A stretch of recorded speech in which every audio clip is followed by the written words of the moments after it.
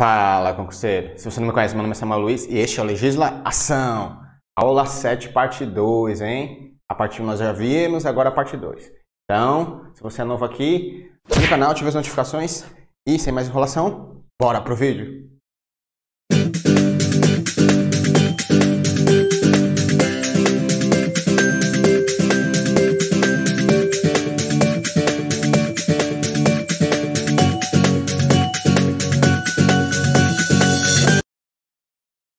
Concurso Tribunal de Justiça do Estado do Rio de Janeiro, Consolidação Normativa, aula 7, parte 2. O que veremos na aula de hoje? Citação, intimação e publicação oficial. Publicação no órgão oficial. É isso que vamos ver na aula de hoje. Vamos lá, iniciando. Citações e intimações judiciais serão cumpridas, em regra, por via postal, desde que endereço certo e seja atendido pelos correios. Então, isso é na esfera civil, certo?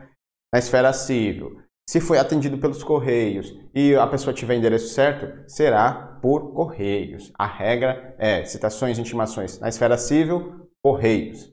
Essa é a regra geral. Tá aí? Comunicação dos atos processuais, em regra, será pelos correios. E as exceções, professor? Sempre tem uma exceção. Vamos lá. Exceções. Os atos de comunicação processual serão cumpridos por oficial de justiça avaliador. Quando houver determinação legal, a lei disser que vai ser pelo oficial, ou determinação judicial. Legal, um exemplo, é na esfera criminal, né? Sempre vai ser oficial de justiça avaliador. Isso é uma disposição legal. E o determinação judicial, né? Quando o juiz mandar, aí vai o oficial de justiça.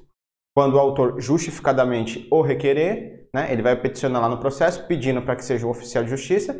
Aí o juiz, se acolher, aí manda o oficial de justiça, né? Vai ter uma decisão lá do juiz que vai mandar o oficial. Ações de estado da pessoa, né? Aquelas ações de família, né? Paternidade, pensão alimentícia, esse tipo de ação. Incapaz, que envolver incapaz. Ações que envolver pessoa de direito público, né? Quem é pessoa de direito público? União, estados, DF, município, autarquias e fundações públicas. Quando residir em local não atendido por entrega domiciliar, o correio não vai.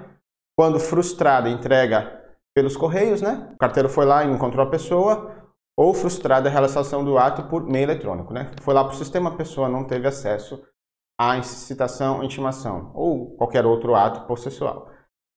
Quando for determinado por carta de ordem ou carta precatória. Carta de ordem é o quê? É de cima para baixo, né? O tribunal manda o juiz de direito fazer.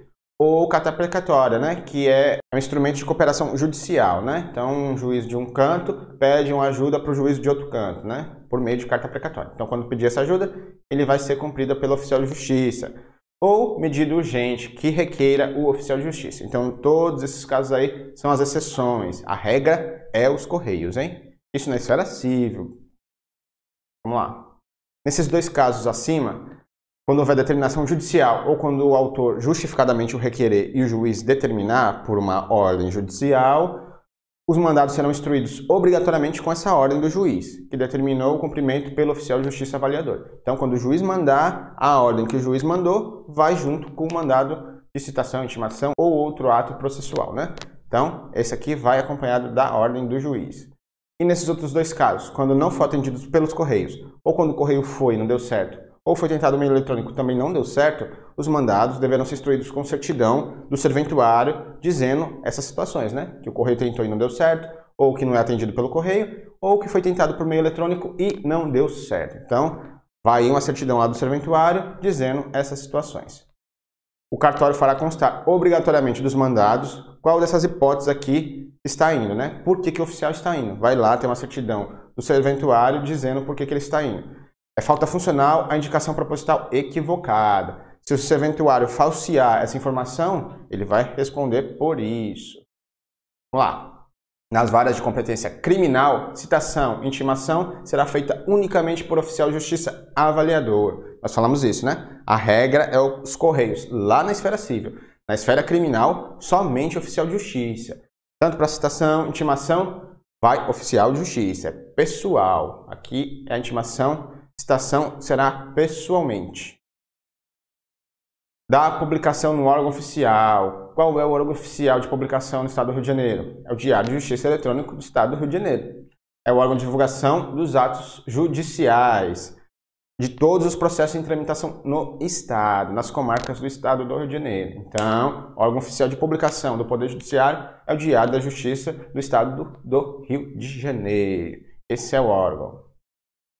Serão efetuadas no Diário de Justiça do Estado do Rio de Janeiro intimações de advogados e citação por edital, nos processos cíveis e nos processos criminais. Então, citação por edital, Diário de Justiça eletrônico. E intimação de advogado também no Diário de Justiça eletrônico. O advogado tem que ficar atento lá, né? Ele será intimado pelo diário. Sem prejuízo das demais publicações exigidas por lei, que serão utilizadas segundo as peculiaridades do caso, sob a determinação do juiz. Então a lei vai dizer outras formas de publicação, né? Um exemplo, a lei vai mandar que seja feita a publicação lá no jornal também, de circulação naquela região. Vai no Diário Oficial e no jornal local que circula lá na cidade, um exemplo, né? Então, a lei pode trazer outros casos. Aí o juiz vai supervisionar isso e mandar fazer. Serão intimados pessoalmente dos atos processuais Ministério Público e a Defensoria Pública, correndo os prazos a que estiverem sujeitos da data da ciência. Então, os prazos para o Ministério Público e da Defensoria Pública vão começar a correr quando eles tiverem ciência da citação, intimação ou do ato processual. Eles serão intimados pessoalmente. Mas, professor, essa citação, intimação ou ato processual vai ter que ser citado diretamente ao defensor ou ao promotor? Não. Isso é quando chegar lá no órgão responsável pelas correspondências, né? Vai ter um setor lá que vai receber as correspondências. Então, quando essa intimação, citação ou ato processual chegar lá, pronto, aí começa os prazos. Aí, começa quando o setor responsável pelo recebimento das correspondências receber intimação, citação ou outro ato processual. Agora, por que tem que ser pessoalmente para o Ministério Público e Defensoria Pública? Porque eles são ocupados, né? Eles têm muitos processos, então eles podem perder o prazo. Se, tipo, fosse lá no Diário de Justiça, eles poderiam não ter ciência e perder os prazos, né? Por isso tem que ser pessoalmente. Eles são bastante ocupados, eles têm que ter ciência de que está correndo um prazo de alguma coisa para eles, né? Então, será pessoalmente. Ministério Público e Defensoria Pública. Agora vamos ver na prática como é que funciona isso. Primeiro, a informação vai ser disponibilizada lá. Vai lá para o diário. Beleza. Qual é a data da publicação? Primeiro dia útil seguinte ao da disponibilização. Disponibilizado hoje. A publicação é amanhã, né? Se for dia útil. Primeiro dia útil seguinte à disponibilização. E quando é que inicia o prazo? No próximo dia útil seguinte, depois da publicação. É assim que vai se dar. Disponibilizo, aí outro dia publico e no outro dia inicia o prazo. E o término dos prazos será em dia útil. Isso é uma disposição que nós vemos lá no novo CPC também, né? Prazos, dias úteis. Prazos processuais são contados em dias úteis de expediente forense integral, né? Se por algum motivo acabar o expediente antes do prazo, não é dia útil. Então tem que ser dia útil de expediente forense integral. Vamos lá. Vamos dar um exemplo aqui. Como é que faz essa contagem? Embargos de declaração. Digamos que você impetre uma ação, no final tem uma sentença. Só que a sentença contém obscuridade, contradição, omissão ou erro material, né? Nesses 4 casos você vai poder impetrar um embargo de declaração ao juiz que prolatou a sentença. Então, qual o prazo do embargo de declaração? 5 dias, né? 5 dias úteis. Como é que vai se dar? Digamos que a decisão foi publicada no Diário de Justiça, no dia 1/7, né? 1 de julho. Tá aí, segunda-feira. Então, a decisão da sua sentença foi publicada lá dia 1/7. Então, você vai ter 5 dias a partir do dia 1º para implementar um embargo de declaração. Vamos lá. Então, disponibilização dia 1. A publicação será no dia 2, né? Então, no dia seguinte. É um dia útil, então a publicação no dia seguinte. 1º de julho, disponibilização. Publicação dia 2 de julho. Quando é que se inicia o prazo? Dia 3, né? Dia 3, na quarta-feira, vai iniciar o prazo. Então, o prazo inicia dia 3 de julho. Agora vamos começar a contar. 5 dias úteis, né? Não conta sábado e nem domingo. Vamos lá. Quarta, dia 3 começa o prazo. 3, quarta, né? Quinta, sexta. Aí não conta sábado e domingo. Vamos para segunda. Segunda, dia 8 e terça, dia 9. Então, dia 9, último dia do prazo. 5 dias úteis. Então, fim do prazo, dia 9/7, terça-feira. Dia útil, de expediente integral. Então, tá aí. Vamos fazer outro exemplo? Digamos que a disponibilização seja na sexta-feira, dia 5, né? Tá ali já, ó. Sexta-feira, dia 5. Então, não tem expediente no sábado e domingo, né? Então, a publicação vai ser na segunda-feira, né? Se a disponibilização foi na sexta, a publicação vai ser no primeiro dia útil seguinte. Então, segunda-feira, dia 8, né? Então, estamos publicados aí. Qual é o início do prazo? Terça-feira, dia 9, né? Vamos lá, vamos contar. Dia 9, terça. Terça, quarta, quinta, sexta, dia 12. Aí pula 13 e 14, que é dia não útil. Dia 15, último dia do prazo, né? Segunda-feira. Então, o quinto dia útil é na segunda-feira, dia 15. É assim que vai funcionar. Primeiro você disponibiliza, após, primeiro dia útil é a publicação e depois o próximo dia útil é o início da contagem do prazo. É assim. E todos em dias úteis, de expediente integral. É assim que vai se dar a contagem dos prazos, né? Em todas as publicações efetuadas no Diário da Justiça Eletrônico do Estado do Rio de Janeiro, deverão constar nome completo das partes, nome completo dos advogados e, no caso dos advogados, o número da OAB. Se isso aí faltar e causar prejuízo à parte, esse ato pode ser anulado. Princípio da instrumentalidade das formas, né? Se tiver um defeito no ato e esse ato causar prejuízo, então ele pode ser anulado. Isso nos traz o novo CPC, né? Tá aí, sob pena de nulidade. Processos que tramitem em segredo de justiça, as decisões terão seu conteúdo publicado de forma que os nomes dos envolvidos não possam ser identificados. Normalmente, como é feito isso? A publicação vai ter a inicial do nome da pessoa, mais ou menos assim que funciona, para que ela não seja identificada, né? Porque corre em segredo de justiça. Horário limite, com o fim de que os atos processuais sejam disponibilizados no mesmo dia no Diário da Justiça Eletrônico, tem que ser enviados até às 15 horas. Então, você, serventuário lá, se quiser que o ato seja disponibilizado naquele mesmo dia, vai mandar até às 15 horas. Se perder esse prazo, depois das 15 horas, só no outro dia, né? Então, se você quer que o ato seja disponibilizado hoje, tem que mandar até às 15 horas. Se perder esse prazo, só no próximo dia. Advogados, estagiários e as partes interessadas que tiverem acesso ao pronunciamento judicial antes da publicação no órgão oficial, inclusive por retirada dos autos com apenso, o serventuário certificará tal fato, constando dia e hora, iniciando a contagem dos prazos. Um exemplo, você vai lá olhar o processo na serventia, aí você se identifica. Você é advogado da parte, você vai e se identifica. Beleza, você não teve acesso ao processo? Então, seu prazo vai começar dali. O serventuário vai certificar o dia e a hora e vai ter início a contagem dos prazos. Então, se você tiver acesso aos autos antes da publicação no Diário da Justiça Oficial, os prazos vão começar a correr para você, do momento que você tiver acesso, hein? Então, atenção aí, advogados. Pluralidade de partes em qualquer dos polos da relação processual, mencionar-se-á apenas o nome da primeira, acrescido de os outros. Que é isso, professor? Aqui é o famoso litisconsórcio, né?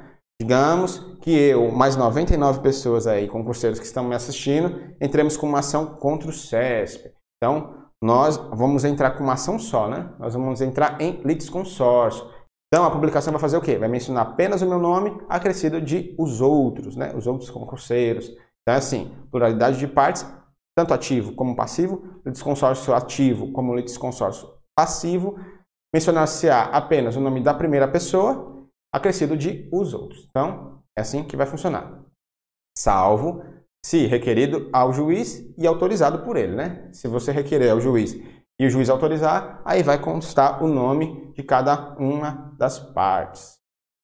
Tendo uma das partes ou litisconsorte mais de um advogado, constará o nome daquele que em primeiro lugar haja firmado a petição inicial, contestação ou primeira intervenção nos autos, salvo requerido e autorizado pelo juiz. O que está dizendo aí? Se nosso litisconsórcio aqui, eu e vocês que vão entremos com a ação contra o CESP, se nós tivermos vários advogados, a gente contrata um escritório lá com inúmeros advogados. Então, vai constar na publicação o nome do que primeiro fizer alguma coisa no processo, né? Primeiro que peticionar alguma coisa no processo, vai constar o nome dele na publicação oficial. Então, é assim que vai funcionar. Na publicação vai constar apenas o nome do primeiro que houver feito alguma coisa no processo, salvo se requerer e o juiz aceitar.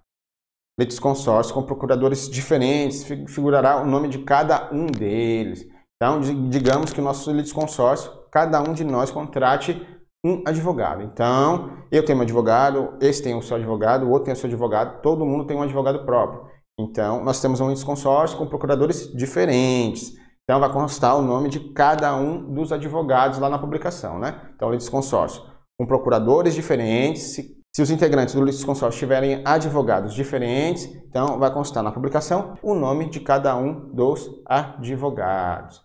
Ações de inventário ou arrolamento, bastará referência ao espólio. Não se fará menção ao nome de quem haja iniciado o processo. Professor, o que é inventário e arrolamento? São ações relacionadas a testamento, né? Sucessão por morte. E por que tem o mesmo nome? Arrolamento é uma forma mais simplificada de inventário, né? E essas duas ações vão levantar os bens do decujus, né? Do falecido. Então, inventário ou arrolamento, bastará referência ao espólio, né? Como é que vai ficar lá na publicação? Espólio de fulano de tal falecido, mais ou menos assim, né? Espólio do decujus fulano de tal. É assim que vai ficar. Então, nas ações de inventário ou arrolamento, não vai se fazer menção a quem iniciou o processo, né? Se você iniciar um processo de ação, o arrolamento não fará menção ao seu nome. Vai fazer menção apenas ao espólio. Espólio de fulano de tal falecido. Decujus fulano de tal, né? Espólio de decujus fulano de tal. Mais ou menos assim. Nas ações de falência, recuperação judicial, insolvência civil, bastará referência ao requerido. Também não vai fazer o nome de quem haja iniciado o processo. Então, digamos que nós entramos com uma ação contra a Oi, que está falindo, né? Nós somos credores dela, que queremos dinheiro, né? Porque ela está falindo, ela não vai pagar ninguém. Então, nas ações de falência, bastará referência ao requerido. Então, lá na publicação, vai constar apenas o nome da Oi, não vai constar o nosso nome que iniciou uma ação de falência contra a Oi, né? Então, é assim que vai funcionar. Despachos, decisões e sentenças serão inseridos na íntegra no sistema, né? Então, despachos, decisões e sentenças serão inseridos na íntegra. Você vai lá e colocar na íntegra todo o despacho, toda a decisão e toda a sentença você vai colocar no sistema. Publicação de decisões homologatórias mencionará tão somente o fato da homologação, né? Decisão de acordo, então lá na publicação vai dizer só que foi homologado o acordo, né? Teve o acordo, então foi homologado. Isso que vai constar na publicação, não vai adentrar no que foi o acordo, não. E também, na publicação de extinção do processo sem resolução do mérito, também vai constar só o fato da extinção, né? Julgamentos sem resolução do mérito, são somente o fato da extinção. Digamos que a sua petição é inepta, né? Foi dado o prazo para você, você não consertou, então o juiz julga sem resolver o mérito. Então, a publicação disso vai ser só que a sua ação foi julgada sem resolução do mérito. Não vai adentrar o porquê que foi, não. Só vai mencionar tanto o fato da homologação no acordo, como o fato da extinção no julgamento sem resolução do mérito. Documentos enviados para publicação não poderão sofrer modificações ou supressões. Então, você vai mandar sem acrescentar ou excluir nada. Eventuais retificações de documentos deverão constar de nova publicação. Então, se aquele documento sofreu uma nova alteração, você não vai incluir essa alteração na publicação, não. Você vai fazer uma nova publicação com aquilo que foi alterado. Você não vai modificar. Documentos enviados para publicação não podem sofrer modificação ou supressões. E acabamos a nossa linha de hoje, né? Então, se você vê processo civil, você tirou de letra isso aqui, né? Muito similar, muito junto, caminham juntas essas matérias. Então, foi isso. Vimos na nossa aula 7, parte 2, citação, intimação e da publicação no órgão oficial. Então foi isso, pessoal. Passamos por essa parte. Se você está gostando do nosso curso, se ele está sendo útil para você, assine o canal, ative as notificações, deixe seu like, coloque algumas coisas nos comentários, responda a nossa enquete, qual curso você quer ver aqui após o término desse. Lembrando que 8 da noite, aula de exercício referente a isso aqui. Tem uma questão bem legal lá, eu vou colocar no grupo hoje de manhã. Então, é isso, pessoal. Ficamos por aqui. Meu nome é Samuel Luiz e você está no Legisla Ação.